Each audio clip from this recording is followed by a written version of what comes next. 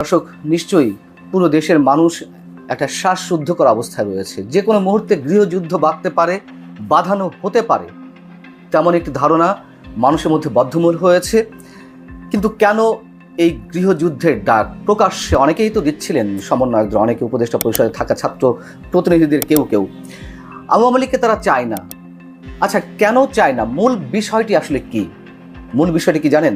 বিষয়টি হচ্ছে, যদি নির্বাচনে আওয়ামী লীগ অংশ নেয়, সেক্ষেত্রে নিঃসন্দেহে 5 আগস্টের পরপরই আওয়ামী লীগের জনপ্রিয়তা যে তলানিতে গিয়ে পৌঁছেছিল, সেই আওয়ামী লীগ আরও বেশি জনপ্রিয় হয়ে উঠেছে এই ছাত্র সমন্বয়কদের বিভিন্ন অপকর্মের কারণে।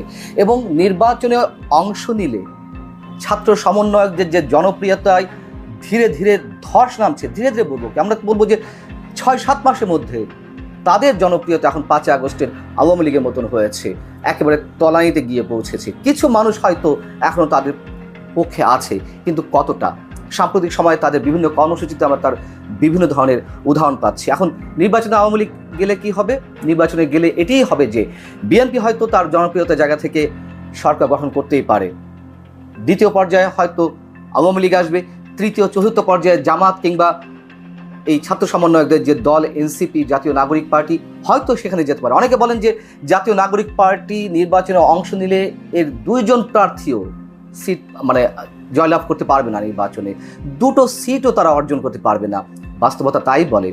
আর এ কারণেই আওয়ামী লীগকে যে কোনোভাবে, যে কোনো মূল্যে নির্বাচনে বাইরে রাখতে তারা জিহাদ ঘোষণা করেছে, গৃহযুদ্ধের ডাক দিচ্ছে। আচ্ছা, ধরে নিলাম যে যুক্তরাষ্ট্র আওয়ামী লীগের পক্ষ নিচ্ছে না, ভারত আওয়ামী লীগের পক্ষ নিচ্ছে না, তুলসী গ্যাবার্ড আওয়ামী লীগকে বাঁচানোর জন্য কোনো প্রকার চেষ্টা করছে না, তারপরেও কি আওয়ামী লীগকে নিষিদ্ধ করা সম্ভব? কোনোভাবেই সম্ভব। আমরা যদি আওয়ামী লীগের রাজনীতির কথায় ধরি, আওয়ামী লীগের 15.5 বছর 16 বছর তো আমরা দেখেছি কিভাবে বিএনপি জামাতের রাজনীতিকে একেবারে অবদমিত করে রাখার চেষ্টা করছিল। এমনকি বিএনপির রাজনীতি বন্ধ করতে বা বিএনপিকে নিষিদ্ধ করতেও আওয়ামী লীগের এক ধরনের অপচেষ্টা আমরা শেষ পর্যায়ে দেখেছি। নির্বাচন কমিশনের যুবলীগের পক্ষ থেকে বিএনপির নিবন্ধন বাতিলের জন্য তারা আবেদন জানালো, তারা সাক্ষাৎ করলো নির্বাচন কমিশনারদের সঙ্গে। কাজ কি কিছু হয়েছে? 15.5 বছর 16 বছর যেভাবে স্টিম রোলারের উপর দিয়ে বিএনপি চলেছে, সেই বিএনপি তো এখন দেশের সবচেয়ে জনপ্রিয় দল।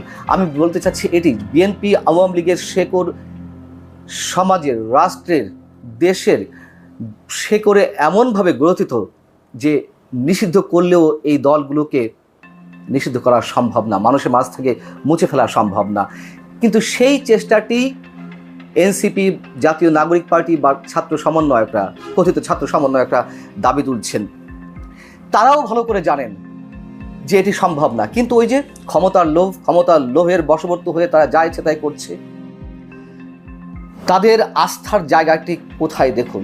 তারা যেমন 7 জানুয়ারি নির্বাচনের আগে বা বিএনপি, জামাত সবাই যুক্তরাষ্ট্রের দিকে তাকিয়েছিল, পিটার হাসের দিকে তাকিয়েছিল, যে পিটার হাস কি বলে, প্রতি মুহূর্তে তার মুখের দিকে তাকিয়ে থাকতো তারা, যে যুক্তরাষ্ট্র কি করতে যাচ্ছে।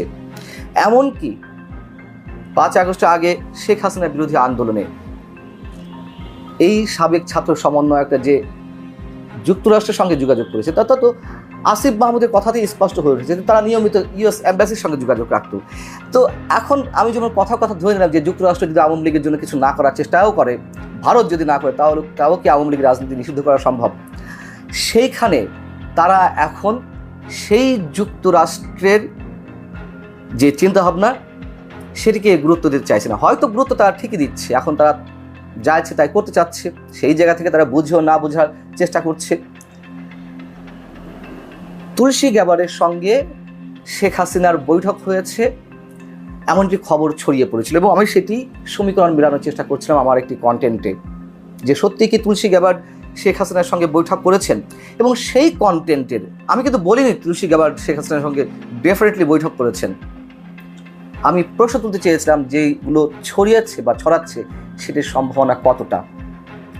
এবং আমি বলেছিলাম যে 2 ঘন্টার জন্য তুলসী গ্যাবার্ড উধাও ছিলেন, সেই 2 ঘন্টা আসলে তিনি কোথায় ছিলেন, কি করছিলেন, নানান ধরনের সমীকরণ দিয়ে বোঝানোর চেষ্টা করছিলাম। যাও, সেই কন্টেন্টে যারা মন্তব্য করেছেন, অন্তত এই ছাত্র সমন্বয়কদের পক্ষে, তারা বলছে এটি অলীক কল্পনা, এটি রিউমার ছড়ানো হচ্ছে, এটা কোনোভাবেই হতে পারে না, তুলসী গ্যাবার্ড শেখ হাসিনার সঙ্গে দেখা করেছেন। তার মানে কি? তারা নিজেদের অজান্তেই যুক্তরাষ্ট্রকে অবশ্যই অনেক গুরুত্ব দিতে চাচ্ছেন, তুলসী গ্যাবার্ডের ভূমিকাটি তারা গুরুত্বের সঙ্গে নিতে চাচ্ছেন, কিন্তু স্বীকার করতে চাচ্ছেন না বা স্বীকার করতে সাহস পাচ্ছেন না। বাস্তবতা হচ্ছে এটি। আরেকটি বিষয় বেশ ছড়িয়ে পড়েছে, এটি গুজব নাকি কতখানি সত্য ঠিক যায় না। শোনা যাচ্ছে যে শেখ হাসিনা কলকাতায় এসেছেন, তিনি দিল্লি থেকে এখানে কলকাতায় আসবেন। এর পক্ষে যুক্তি কি থাকতে পারে? অনেকে বলবেন যে বাংলাদেশের সীমান্তের কাছাকাছি চলে আসছেন, তিনি যে কোনো সময় বাংলাদেশে ঢুকে পড়তে পারবেন। বাংলাদেশে ঢোকার জন্য তো দিল্লি থেকে সরাসরি ফ্লাইট রয়েছে, হেলিকপ্টার রয়েছে। তো এর জন্য কলকাতায় এসে প্রস্তুতি নেওয়ার কি দরকার, এটা আমি জানি না, আমার বোধগম্য নয়। তবে এরকম একটি খবর ছড়িয়ে পড়েছে যে তিনি কলকাতায় এসে অবস্থান নিয়েছেন। আসলে বিষয়টি কি আমি নিশ্চিত নই। আওয়ামী লীগকে বাইরে রেখে জাতীয় নাগরিক পার্টি কিংবা সরকারের দুই উপদেষ্টা আসিফ মাহমুদ, মাহফুজ আলম কিংবা অন্যান্য সমন্বয়করা যেই দাবি তুলেছেন, তারা কি এটুকু বুঝতে পারছেন যে তাদের প্রতি সমর্থন কতটা আছে আগের মতন? নিশ্চয়ই তারা এটুকু অনুধাবন করতে পারছেন। আর এই কারণেই তারা এর মধ্যে অনেক ধরনের কর্মসূচির ডাক দিলেও তারা সেটি সফল করতে পারেননি অথবা সাহস করেননি।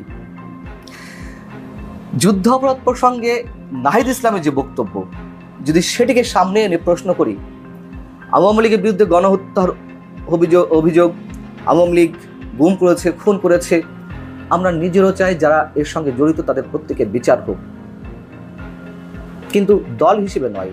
আওয়ামী লীগকে নিশ্চিহ্ন করে দিতে হবে। নিশ্চয় কোনো সুস্থ মস্তিষ্ক সম্পন্ন মানুষ, রাজনীতি সচেতন মানুষ এটিকে সাপোর্ট করতে পারে না।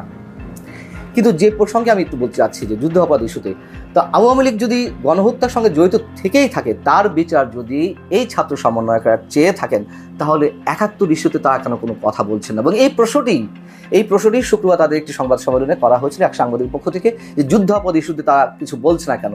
তারা কি বললেন? জাতীয় নাগরিক কমিটির যিনি আহ্বায়ক নাহিদ ইসলাম, তিনি বলছেন যে এটা আমাদের পূর্বপুরুষদের ব্যর্থতা।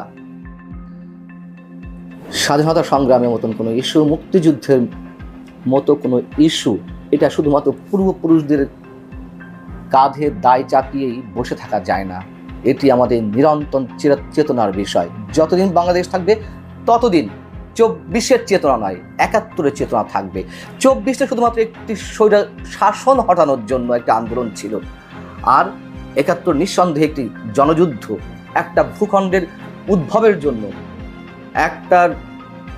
একটা নির্যাতনকারী রাষ্ট্রের মধ্য থেকে আলাদা একটা রাষ্ট্রের অভ্যুদয়ের জন্য, মানুষের স্বাধীনতার জন্য, মুক্তির জন্য নিরন্তর একটি সংগ্রাম ছিল। ৩০ লাখ শহীদের বিনিময়ে সেই স্বাধীনতা অর্জিত হয়েছে। সেটির সঙ্গে ২৪-এর চেতনা মিলাবেন, ৭১-কে ছোট করবেন বা ৭১-এর জায়গায় ২৪-কে রিপ্লেস করার চেষ্টা করবেন, এত ঠুনকো চিন্তা ভাবনা থেকে আর যাই করা যাক, বাংলাদেশে রাজনীতি করা সম্ভব না, গণমানুষের আস্থা অর্জন করা সম্ভব না। আমি সবসময় একটা কথা বলি, আমরা যে ধর্মেরই মানুষ হই না কেন, আমরা যে মতের অনুসারী হই না কেন, এখনও পর্যন্ত বাংলাদেশের ৯০ থেকে ৯৫% মানুষ বা ৮৫% মানুষ এখনও মুক্তিযুদ্ধের চেতনা লালন করেন। মুক্তিযুদ্ধের চেতনার ইস্যুতে তারা ছাড় দিতে রাজি নয়। আওয়ামী লীগ মুক্তিযুদ্ধের চেতনাকে নিয়ে ব্যবসা করুক আর না করুক, সেটা আওয়ামী লীগের বিষয়, কিন্তু এইখানে দেশের প্রায় ৯০% মানুষ অবশ্যই আপোষহীন। এবং সেই জায়গা থেকে বলছি, যখন নাহিদ ইসলামের মতন সোকল তরুণ রাজনীতিবিদরা তারা বলেন যে এটা পূর্বপুরুষের দায়, আমরা আমাদেরটা দেখব, এটি হচ্ছে উদুর পিণ্ডি বুদুর ঘরে চাপানোর মতন একটি অপচেষ্টা।